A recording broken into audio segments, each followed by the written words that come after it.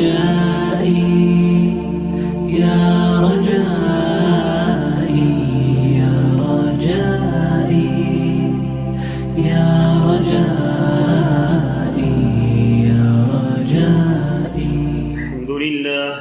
الحمد لله نحمده ونستعينه ونستغفره ونؤمن به ونتوكل عليه ونعوذ بالله من شرور أنفسنا ومن سيئات أعمالنا. من يهده الله فلا مضل له ومن يضلل فلا هادي له. واشهد أن لا إله إلا الله وحده لا شريك له وأشهد أن محمدا عبده ورسوله. أما بعد فإن أحسن الكلام كلام الله وأحسن الهدي هدي محمد صلى الله عليه وسلم وشر الأمور محدثاتها وكل محدثة بدعة وكل بدعة ضلالة وكل ضلالة في النار. قال الله تبارك وتعالى في القرآن المجيد: أعوذ بالله السميع العليم من الشيطان الرجيم. بسم الله الرحمن الرحيم. أفغير الله أبتغي حكما وهو الذي أنزل إليكم الكتاب مفصلا والذين آتيناهم الكتاب يعلمون أنه منزل من ربك بالحق فلا تكونن من الممترين. وتمت كلمة ربك صدقا وعدلا لا مبدل لكلماته وهو السميع العليم. وإن تطع أكثر من في الأرض يضلوك عن سبيل الله إن يتبعون إلا الظن وإن هم إلا يخرصون. إن ربك هو أعلم من يضل عن سبيله وهو أعلم بالمهتدين. اللهم صل على محمد وعلى آل محمد كما صليت على إبراهيم وعلى آل إبراهيم إنك حميد مجيد. اللهم بارك على محمد وعلى آل محمد كما باركت على إبراهيم وعلى آل إبراهيم إنك حميد مجيد. سبحانك لا علم لنا إلا ما علمتنا إنك أنت العليم الحكيم.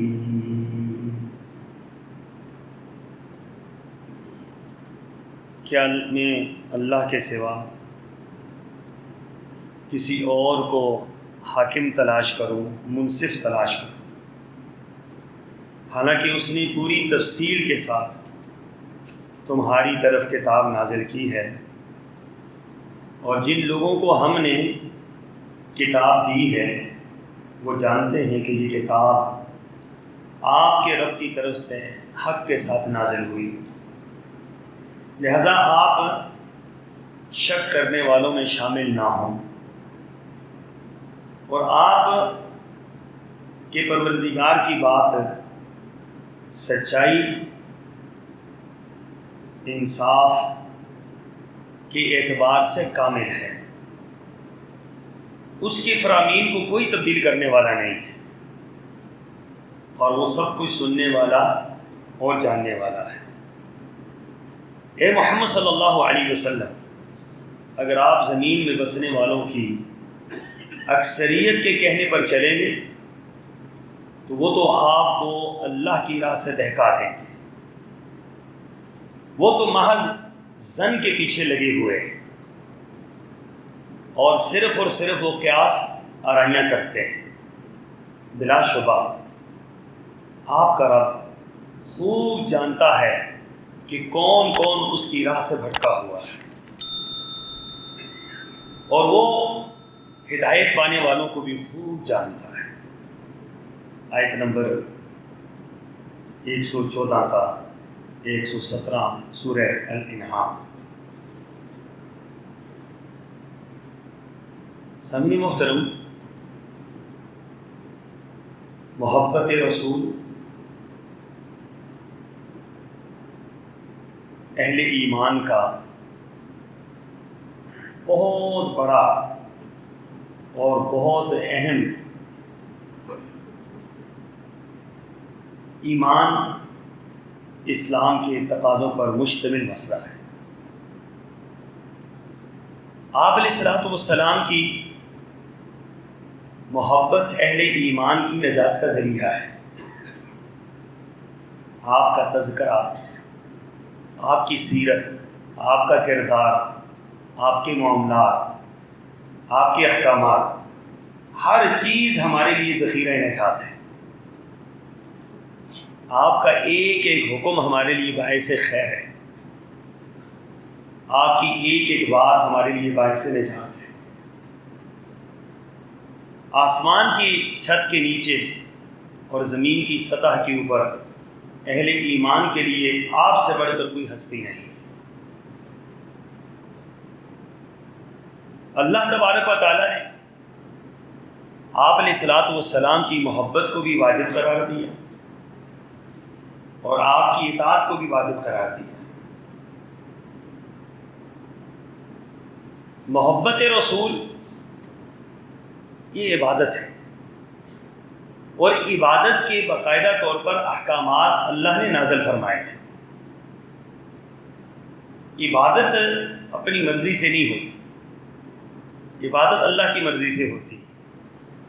محبت رسول یہ عبادت ہے، ایمان کا حصہ ہے، اور اس کی تمام تر حدود و قیود میرے اللہ نے بیان فرما دی۔ محبت رسول کے نام پر بعض لوگ بغاوت رسول پر اتر آتے ہیں۔ یہ بڑی بدنصیبی ہے، بہت خطرناک بات ہے، اور اس طرف توجہ دینے کی ضرورت ہے کہ محبت رسول تو عبادت ہے، اور مخالفت رسول یہ تو ہلاکت ہے اور تباہی اور بربادی ہے۔ تو محبت رسول کو سمجھنا چاہیے، اور اس کے مطابق ہمیں اللہ کے رسول صلی اللہ علیہ وسلم سے محبت کرنی چاہیے۔ تین باتیں آپ سے میں عرض کرنا چاہتا ہوں۔ پہلی بات، اسلام کسی خاص دن کو منانے کا حکم نہیں دیتا۔ پوری اسلام کی تاریخ میں آپ دیکھ لیں، نبی کریم صلی اللہ علیہ وسلم کے 23 سالہ دور نبوت میں کیسے کیسے عجیب عجیب واقعات پیش آئے۔ سب سے بڑی بات تو اگر دن کوئی منانے کی بات تھی محبت رسول میں صلی اللہ علیہ وسلم، تو سب سے بڑا دن کون سا تھا جو اللہ کے رسول صلی اللہ علیہ وسلم کے لیے سب سے عظیم ترین دن؟ یہ وہ دن تھا جب آپ کے سر پر اللہ نے ختم نبوت کا تاج سجایا۔ آپ کو اللہ تبارک و تعالیٰ نے نبی آخر الزماں بنایا، آپ نبوت کے منصب سے سرفراز ہوئے۔ اس سے بڑا دن آپ کی زندگی میں کوئی بھی نہیں۔ دن منانے کی بات ہوتی محبت رسول میں، تو یہ دن سب سے اہم ترین دن ہے کہ جب آپ کو منصب رسالت ملی۔ اس سے پہلے تو نہیں پتا تھا کہ آپ پیغمبر ہیں، نہ آپ کو پتا تھا نہ آپ کی قوم کو پتا تھا۔ قرآن پاک نے خود فرمایا، ما کنت تدری ما الکتاب ولا الایمان۔ اے محمد صلی اللہ علیہ وسلم، اس سے پہلے تو آپ کو نہیں پتا تھا، نہ آپ کو ایمان کا پتا تھا نہ آپ کو کتاب کا پتا تھا، لیکن یہ تو آپ کو منصب نبوت ملا، تو اس کے بعد ساری چیزیں آپ پر آیا ہوئی ہیں، اور اللہ نے ہر چیز آپ پر نازل فرمائی۔ آپ علیہ الصلوۃ والسلام پہلے جو عبادت اللہ کی کرتے تھے، منصب رسالت کے ملنے سے پہلے، وہ اس ماحول کے مطابق آپ عبادت کرتے تھے اور ایک اللہ کی عبادت کرتے تھے۔ آپ علیہ الصلوۃ والسلام کو جب نبوت ملی اس کے بعد اللہ کے احکامات کی پابندی ہو. اب آپ نے وہی کرنا ہے جو ہم نے کہنا ہے. اور آپ علیہ الصلوۃ والسلام پر یہ پابندی عائد کر دے گی اور ہر پیغمبر پر یہ پابندی ہوتی ہے. وہ کیا ہے؟ ما ينطق عن الهوى ان هو الا وحی یوحى. کسی پیغمبر کو یہ اختیار حاصل نہیں ہوتا کہ دین کے معاملے میں وہ اللہ کے حکم کے بغیر کوئی بھی بات کر سکے. پھر اس سے بڑا ایک دن آیا منصب رسالت کے بعد کہ جب اللہ تعالیٰ نے ان اجڑے ہوئے مسلمانوں کو، مظلوم مسلمانوں کو، جو اہل کفر کے تختہ مشق بنے ہوئے تھے ظلم کا، ان کو اللہ تعالیٰ نے ایک امن و امان کی جگہ اور ایک حکومت عطا کی مدینہ طیبہ، ہجرت کا دن. یہ ہجرت کا دن کوئی معمولی دن تو نہیں تھا، بہت بڑا دن تھا. یہ اگر دن منانے کی بات ہوتی تو ہجرت کا دن منایا جاتا کہ اللہ تعالیٰ نے مسلمانوں پر کتنا بڑا کرم کیا کہ میرے اللہ نے ان کو وہاں سے نکال کر جہاں پر ظلم ہوتا تھا، ستم ہوتا تھا، اللہ کا نام لینا مشکل تھا، رسول اللہ کی اطاعت مشکل تھی، وہاں سے نکالا اور مدینہ طیبہ کی ایک ریاست دی. تو یہ ریاست کا ملنا کوئی معمولی بات؟ ہم اور آپ جشن آزادی مناتے ہیں تو وہ اللہ کے رسول صلی اللہ علیہ وسلم پر قربان جائیں کہ یہ تو بہت بڑا دن تھا، یہ تو آزادی کا دن تھا. جب آپ علیہ الصلوۃ والسلام مکہ مکرمہ سے نکلے، مدینہ طیبہ میں آ گئے، یہ آزادی کا دن تھا. لیکن اس دن بھی ہمیں نظر آتا ہے کہ اللہ کے رسول صلی اللہ علیہ وسلم نے اس دن کو منانے کی ایسی تک نہیں رکھا، بلکہ اس دن کی تاریخ بھی، حتمی تاریخ بھی بعض اوقات نہیں ملتی. اس سے بڑھ کر ایک اور واقعہ پیش آیا.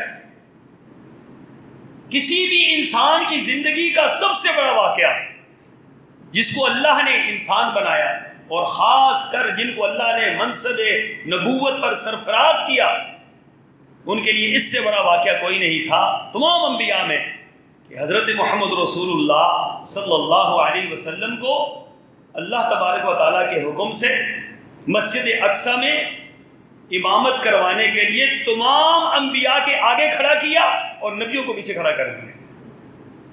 امامت آپ کو مل گئی، پوری کائنات کی امامت آپ کو ملی. پہلے تو آپ انسانوں کے امام تھے، آپ اہل ایمان کے، اہل اسلام کے امام تھے. لیکن جب آپ معراج کے سفر پر تھے تو آپ کو اللہ نے کیا منصب عطا کیا کہ آپ امام الانبیاء بن گئے. امام الانبیاء بننا کوئی معمولی دن نہیں تھا جس دن آپ بنے. لیکن آپ مجھے بتلائیے کہ اتنا بڑا دن اور اتنی بڑی خوشی کہ آپ کو ساری کائنات کے نبیوں کا بھی امام بنایا گیا، تو آپ علیہ الصلوۃ والسلام نے یہ دن کہیں بھی نظر نہیں آتا کہ آپ نے یہ دن منایا. اس سے بڑی بات، اس سے آگے چلے، اس سے بڑی ایک واقعہ پیش آیا. وہ کیا تھا؟ ایک انسان کہاں تک جا سکتا ہے، کہاں تک سفر کر سکتا ہے؟ آپ یہ کہہ سکتے ہیں میں نے 5 بر اعظم دیکھ لیے، میں نے پوری دنیا دیکھ لی، میں وہاں تک پہنچ گیا جہاں سے آگے سورج غروب ہو جاتا ہے، جہاں دنیا ختم ہو جاتی ہے. لیکن یہ تو کوئی دعویٰ نہیں کر سکتا کہ میں پہلے آسمان پہ گیا ہوں. کوئی ہے دنیا کے اندر جو یہ دعویٰ کرے کہ میں پہلے آسمان پہ گیا؟ قربان جاؤں محمد رسول اللہ صلی اللہ علیہ وسلم آمنہ کے لال پر کہ آپ علیہ الصلوۃ والسلام پہلے آسمان پر گئے. بس پہلے ہی آسمان پر گئے، اس سے آگے بھی آپ گئے ہیں. آپ فرماتے ہیں پھر میں دوسرے آسمان پر گیا. یہ منصب تھا آپ کا، آپ کو اللہ تعالیٰ منصب عطا فرما رہے تھے. پہلے آسمان پر حضرت آدم موجود تھے، دوسرے آسمان پر دیگر انبیاء موجود تھے، تیسرے، چوتھے، پانچویں، چھٹے آسمان پر حضرت موسیٰ موجود، 7ویں آسمان پر حضرت ابراہیم موجود تھے. آپ کو اللہ تعالیٰ نے 7ویں آسمان سے بھی آگے کا سفر کروا دیا اور وہاں سے جبرائیل امین بھی کھڑے ہو گئے کہ اے محمد صلی اللہ علیہ وسلم یہاں سے آگے ہماری حد بھی ختم ہے، یہاں سے آگے ہم بھی نہیں جا سکتے. اللہ کے رسول صلی اللہ علیہ وسلم وہاں سے آگے گئے اور آپ کی اپنے رب سے ملاقات ہوئی، حجاب کے اندر ملاقات ہوئی، پردوں کے اندر ملاقات ہوئی. اور آپ کیا تحفہ لے کر آئے؟ وہ نماز کا تحفہ آپ لے کر آئے ہیں. معراج، جسے معراج کہا جاتا ہے نا، معراج کہ مسلمانوں کے لیے سب سے بڑا تحفہ جو سرکار دو عالم صلی اللہ علیہ وسلم لے کر آئے وہ 5 نمازوں کا تحفہ لے کر آئے. 50 اللہ نے فرض کی اور حضرت موسیٰ علیہ السلام کا اس امت پر احسان کہ انہوں نے گزارش کی اور کرتے کرتے 5 رہ گئی، لیکن ساتھ ہی میرے اللہ نے فرما دیا کہ اے محمد صلی اللہ علیہ وسلم میرے کلمے تبدیل نہیں ہوتے ہیں، میرا حکم تبدیل نہیں ہوتا، میں نے 50 ہی فرض کی تھی، اب 5 ہو گئی ہیں پڑھنے کے لحاظ سے، لیکن جو 5 پڑھے گا ثواب اس کو 50 ہی کا عطا کیا جائے گا، اس کو کم نہیں کیا جائے گا۔ یہ میرے اللہ کی حکمت ہے، میرے اللہ کی سخاوت ہے، میرے اللہ کا حکم ہے، امر ہے میرے اللہ۔ اس سے بڑا کون سا دن تھا جی جب معراج آپ کو ہوگی؟ اس سے بڑا دن تو کوئی بھی نہیں تھا۔ تو کہیں نظر آتا ہے کہ اس دن کو آپ علیہ السلام نے بطور منانے کے، یہ چھٹی کے یہ دن آپ نے کیا ہو کہ اس دن چھٹی کرنی ہے، اس دن ہم منائیں گے کیونکہ مجھے معراج ہوئی تھی۔ اس سے بڑا دن ایک آیا، اس سے بڑا دن، سبحان اللہ۔ اللہ کے رسول صلی اللہ علیہ وسلم جس مکہ مکرمہ سے نکلتے ہوئے آپ نے مکہ کی طرف دیکھتے ہوئے یہ کہا تھا، اے مکہ تو مجھے ساری کائنات میں سب سے زیادہ عزیز ہے، لیکن اگر تجھے تیرے رہنے والے مجھے یہاں سے نہ نکالتے، رب کعبہ کی قسم میں یہاں سے کبھی نہ نکلتا، میں تجھے چھوڑ کر کبھی نہ جاتا کہ مجھے یہاں کے رہنے والے نہیں رہنے دیتے۔ یہ مکہ مکرمہ ہے جہاں سے آپ کو نکالا گیا، جہاں سے صحابہ کو نکالا گیا، ہجرت پر مجبور ہوئے، ان کی ساری دولت انہوں نے چھین لی، زمینیں چھین لی، مکانات چھین لیے، سارا کاروبار چھین لیا۔ اللہ کے رسول صلی اللہ علیہ وسلم ہجرت کر گئے اور پھر 10 سال کے بعد فاتح کی حیثیت سے داخل ہوئے۔ انا فتحنا لک فتحا مبینا، اے محمد صلی اللہ علیہ وسلم ہم نے آپ کو فتح مبین سے نوازا ہے۔ فتح کیا ہے کہ آپ بیت اللہ کے اندر داخل ہو رہے ہیں اور فاتح کی حیثیت سے داخل ہو رہے ہیں۔ 10,000 کا لشکر جرات آپ کے ساتھ ہے اور آپ اونٹ پر سوار ہیں، آپ کی مبارک پیشانی اونٹ کی کوہان کے ساتھ لگی ہوئی ہے اور آپ اپنے رب کا شکر ادا کر رہے ہیں، اللہ لشکروں کو شکست دینے والا میرے مالک تو ہے، اے اللہ کفار کو نیست و نابود کرنے والا تو ہے، اے میرے رب مجھے یہاں پر آج فتح سے ہمکنار کرنے والا تو ہے۔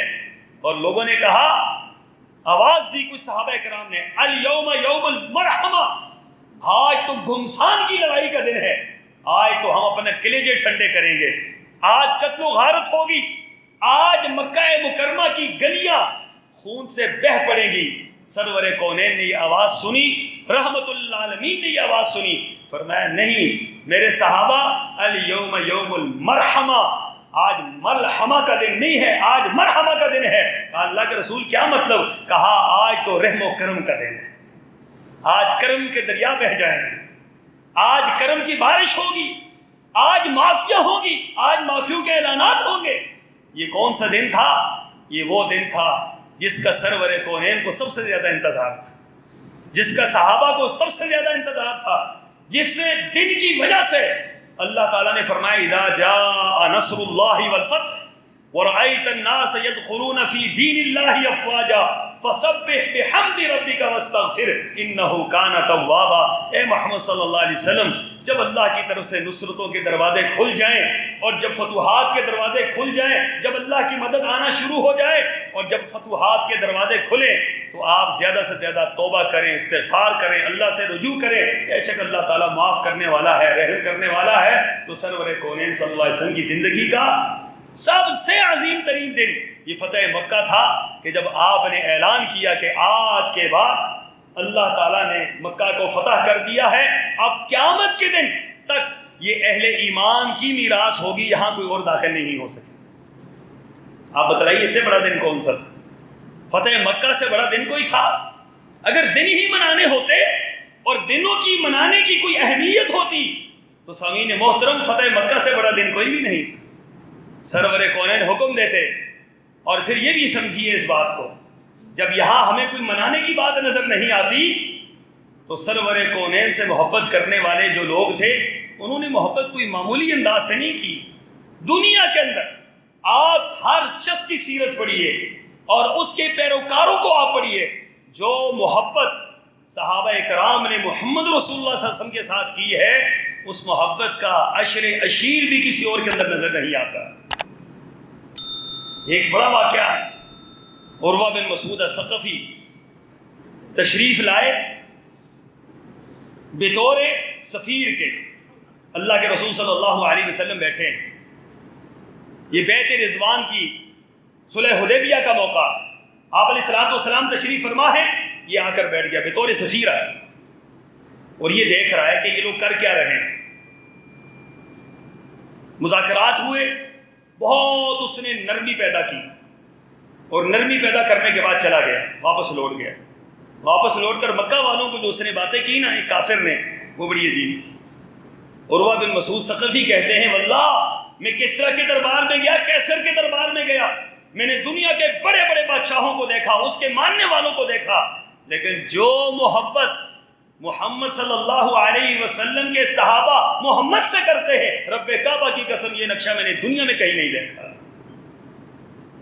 قریش متوجہ ہو گئے کہ یہ کیا معاملہ ہے. کہا قریش والو، تم یہ سمجھتے ہو کہ محمد صلی اللہ علیہ وسلم پر حملہ کرو گے اور محمد صلی اللہ علیہ وسلم کو تم مار ڈالو گے؟ میرا تجربہ یہ ہے کہ جب تک ان میں سے ایک جانثار بھی زندہ ہے، محمد صلی اللہ علیہ وسلم کا بال بھی تم ڈھیکا نہیں کر سکتے. ایک جانثار زندہ ہے.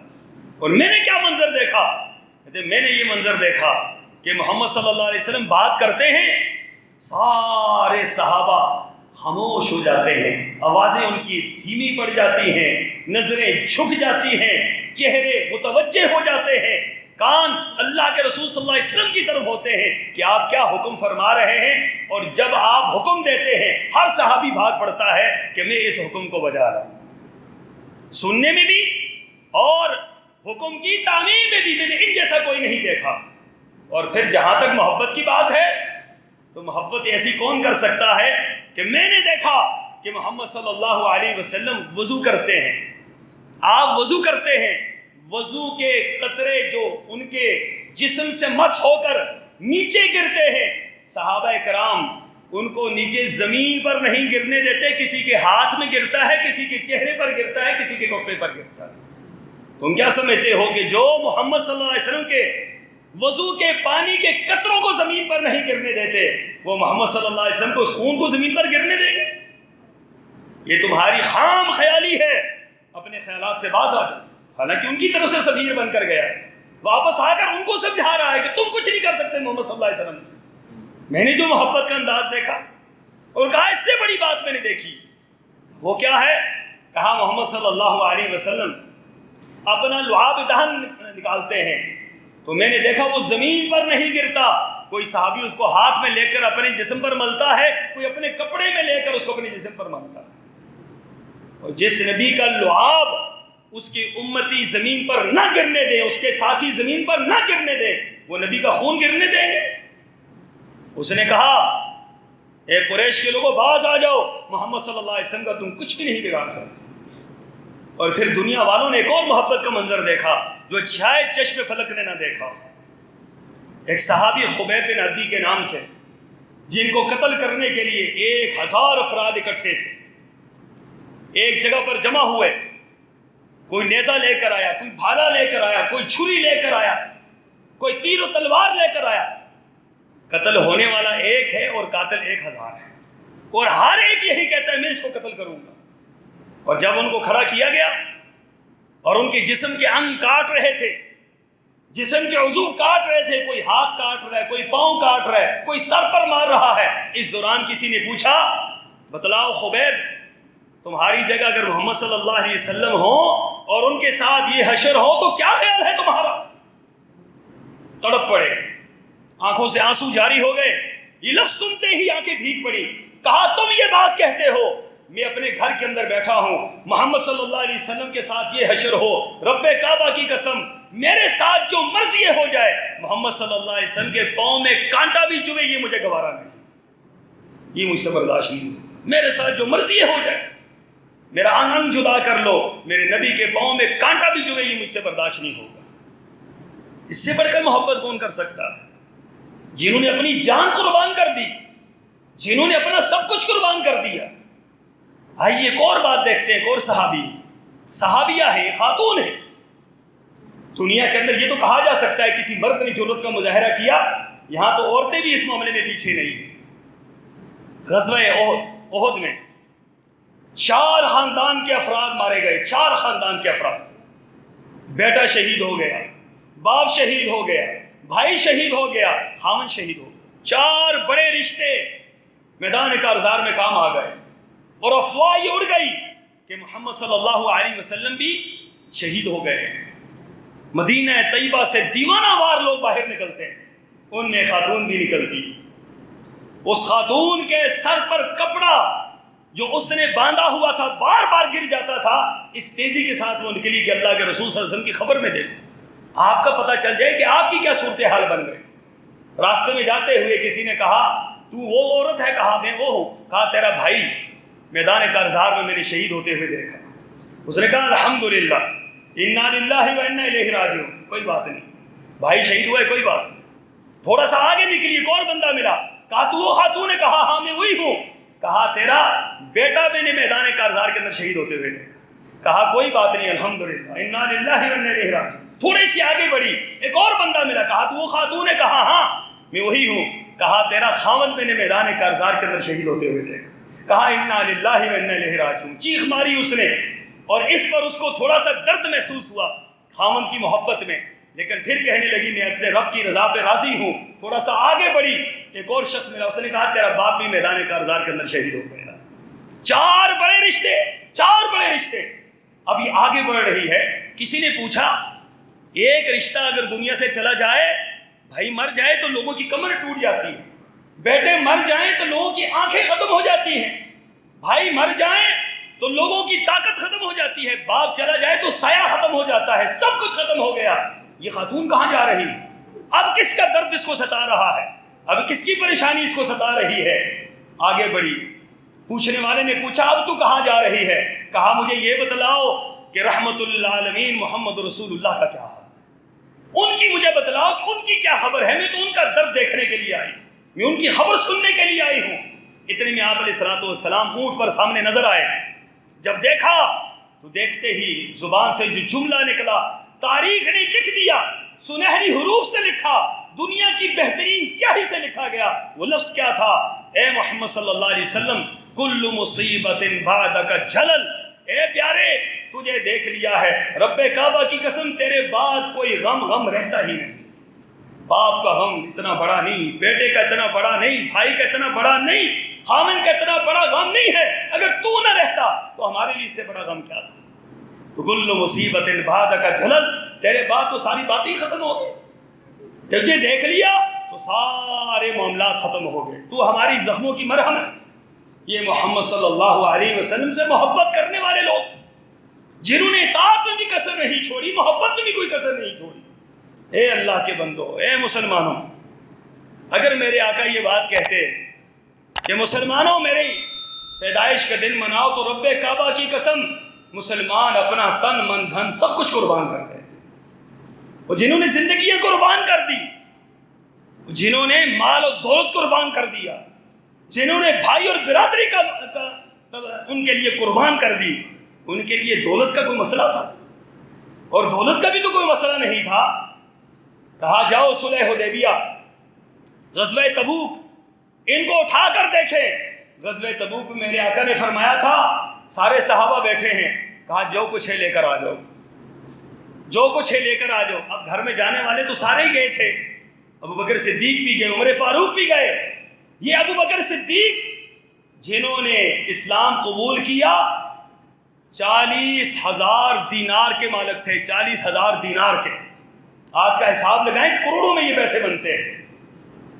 40,000 دینار کے مالک تھے، کوئی کاروبار نہیں کیا، 40,000 دینار محمد رسول اللہ کے قدموں میں ڈھیر کر دیے، آپ پر خرچ کرتے رہے، ہر موقع پر آپ کو مال دیا، ہر موقع پر مال لٹایا، ہر موقع پر آپ کی خدمت کی۔ جب دنیا سے گئے تو بیوی سے یہ بات کہتے ہیں، بیوی سے یہ بات کہتے ہیں، کہا کہ گھر کے اندر کچھ بھی نہیں ہے، کہا کہ ایک کفن میں نے اس سے لینے کی کوشش کی ہے بیت المال سے۔ امیر المومنین حضرت ابو بکر صدیق، کہا بیت المال سے ہم نے آپ کے لیے کفن لیا، کہا بیت المال کو کفن واپس کر دو، ہمیں اس نئے کفن کی ضرورت نہیں ہے، میرے پاس ایک پرانی چادر پڑی ہوئی ہے، اس پرانی چادر میں مجھے دفنا دیں، مجھے اس چیز کی کوئی ضرورت نہیں۔ یہ وہ صدیق اکبر ہے جنہوں نے محمد رسول اللہ صلی اللہ علیہ وسلم پر 40,000 دینار قربان کیے، اگر ان کو یہ معلوم ہوتا کہ میرے نبی اس بات پر خوش ہوں گے کہ میرا یوم ولادت منایا جائے، کمکمے روشن کیے جائیں، چراغاں ہو، جھنڈیاں لگائی جائیں، جلوس نکلے، جلسے نکلے، تو رب کعبہ کی قسم ابوبکر صدیق کسی سے پیچھے کیسے ہو سکتا تھا، پیچھے رہ جاتا۔ اور محبت رسول بھی وہ ہم تو سوچ نہیں سکتے جتنی ان کی محبت تھی، ہم سوچ نہیں سکتے جو اطاعت انہوں نے کی ہے، ہم سوچ نہیں سکتے جو رسول اللہ کے سامنے انہوں نے اپنے آپ کو پیش کیا۔ یہ عثمان غنی رضی اللہ تعالیٰ عنہ، رسول اللہ صلی اللہ علیہ وسلم فرما رہے ہیں ہاں بھائی جنت کی بشارت ہے جو اللہ کی راہ میں مال دے۔ ایک مرتبہ اعلان ہوا وہی کھڑے ہوئے، دوسری مرتبہ اعلان ہوا وہ کھڑے ہوئے، 7 مرتبہ اعلان ہوا 7 مرتبہ وہی کھڑے ہوئے، اور 7 مرتبہ 100 اونٹ بمائے سامان حرب و ضرب کے آپ کے سامنے ڈھیر کیے۔ 700 اونٹ، 1000 اشرفی، 70,000 درہم، آج کے حساب سے کروڑوں روپے میں یہ مالیت بنتی ہے، جنہوں نے ایک موقع پر کروڑوں روپے نبی کے کہنے پر ڈھیر کر دیے۔ کیا وہ ولادت کا دن اگر منانے کا حکم دیتا تو حضرت عثمان غنی یہ دن نہ مناتے؟ یہاں مال خرچ کرنے کی کون سی بات؟ دن منانے ہوتے تو ان سے بڑھ کر کون منا سکتا تھا؟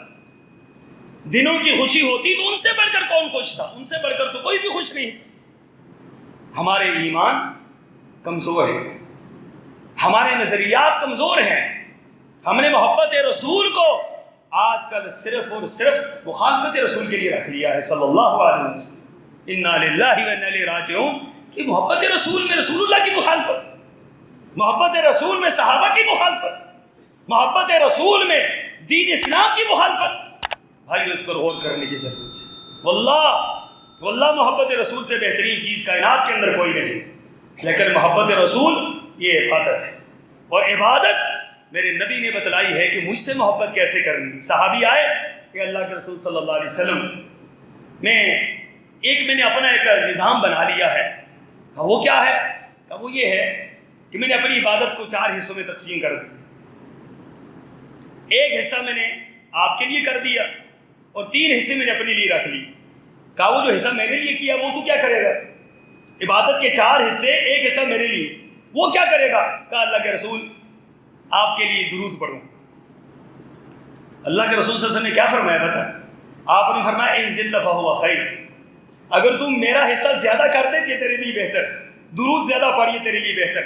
اس نے کہا اللہ کے رسول پھر آدھا آدھا ہو جاتا ہے، 2 حصوں میں ہو جائے گا، ایک حصہ جو ہے میں اپنے لیے دعا مانگوں گا اللہ سے، اپنی عبادت کروں گا، ایک حصہ پر درود بھیجوں۔ فرمایا نہیں، ان زدت فہو خیر، اگر تو اس سے زیادہ کر تیرے لیے خیر ہے۔ کہا اللہ کے رسول 3 حصے آپ پر درود اور ایک حصہ اپنے لیے۔ تو فرمایا ان زدت فہو خیر، اگر تو اور زیادہ کر، میرے اوپر اور درود بھیج تو تیرے لیے بہتر ہے۔ فرمایا اللہ کے رسول صلی اللہ علیہ وسلم پھر ایک سودا کرتا ہوں۔ کہا اللہ کے رسول پھر اپنے لیے کچھ بھی نہیں مانگتا، میں جب بھی مانگوں گا تو اپنے رب سے آپ کے لیے مانگوں گا اور اللہ سے درود مانگوں گا اور درود پڑھا کروں گا۔ تو رسول اللہ صلی اللہ علیہ وسلم نے کیا فرمایا؟ میرے ساتھی پھر تو خوش ہو جا، اگر تو یہ کام کر لے تجھے اللہ تعالیٰ بنا مانگے سب کچھ عطا کر دے گا، تیری ساری پریشانیاں اللہ دور کر دے گا، تیرے سارے معاملات اللہ خیر سے ہمکنار کر دے گا۔ سودا کیوں نہیں کرتے اللہ کے رسول سے؟ یہ سودا کیوں نہیں کرتے کہ ہم آپ پر درود بھیجیں، ہم آپ پر سلام بھیجیں، ہم آپ کی اطاعت اور اتباع اس انداز سے کریں جس طریقے سے آپ نے صحابہ کو سکھلائی۔ اللہ مجھے اور آپ کو عمل کی توفیق عطا فرمائے۔ وآخر دعوانا ان الحمد للہ۔